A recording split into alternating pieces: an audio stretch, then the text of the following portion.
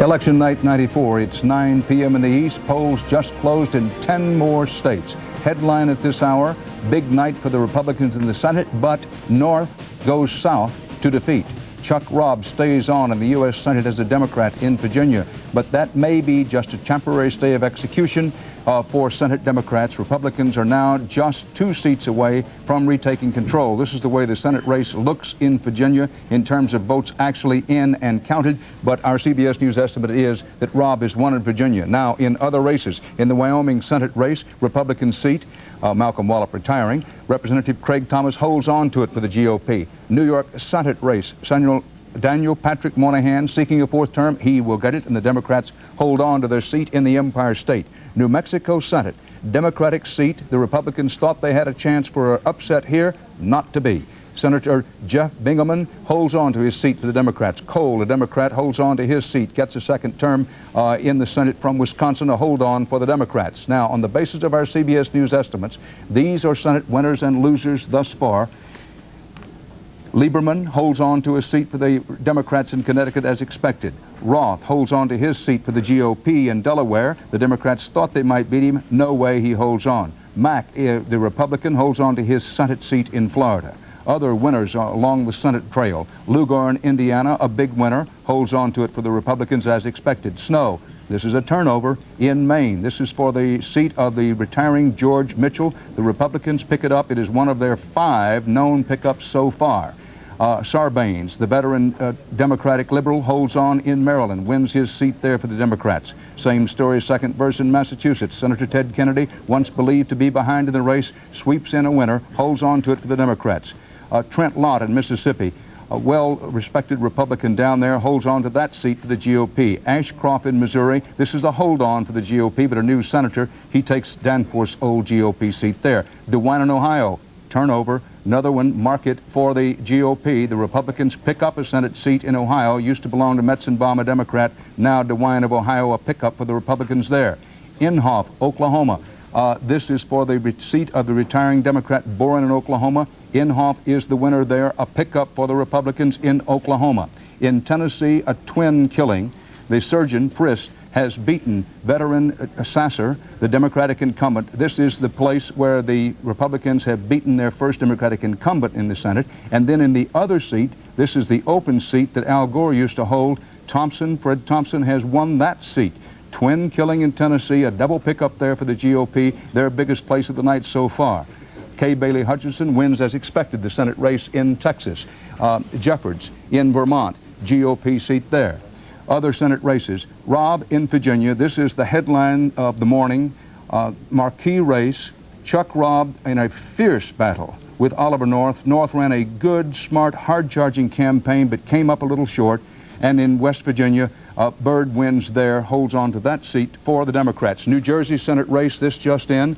Good news for the Democrats. They'll pop up at this one. Senator Frank Lautenberg, who seemed to be in trouble over the weekend, and as this voting day progressed, our CBS News estimate is now that when all of the votes are in and counted, that Lautenberg, the Democrat, will hold on to his seat, get a 3rd term in New Jersey. What you're looking at is 30% of the precincts actually in and counted, but our CBS News estimate is that Lautenberg will hold on to it for the Democrats in New Jersey. Now take a look at this. The Republicans are chanting 7.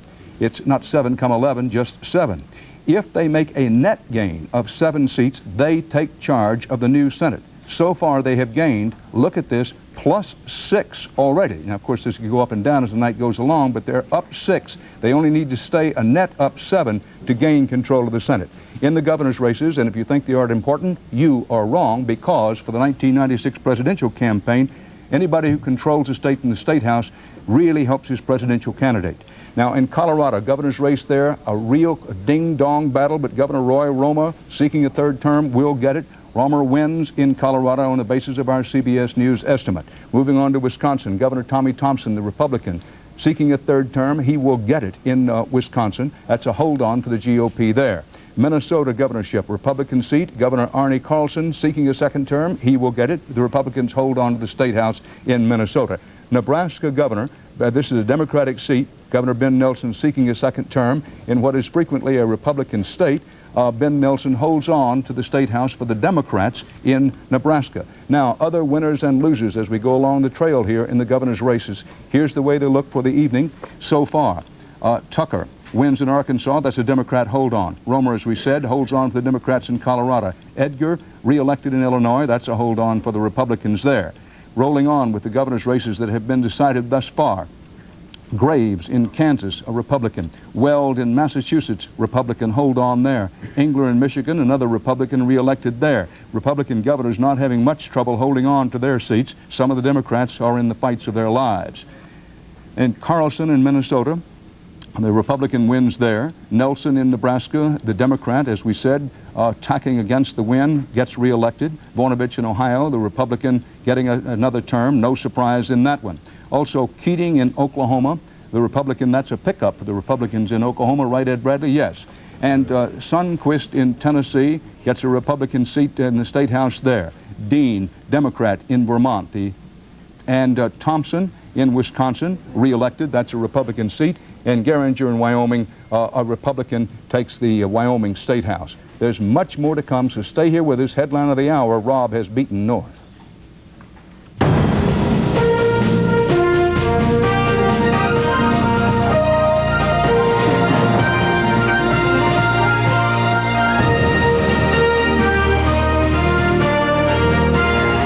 Campaign 94, Election Night, with Dan Rather, Connie Chung, Ed Bradley, and Bob Schieffer. From CBS News Election Headquarters, here is Dan Rather.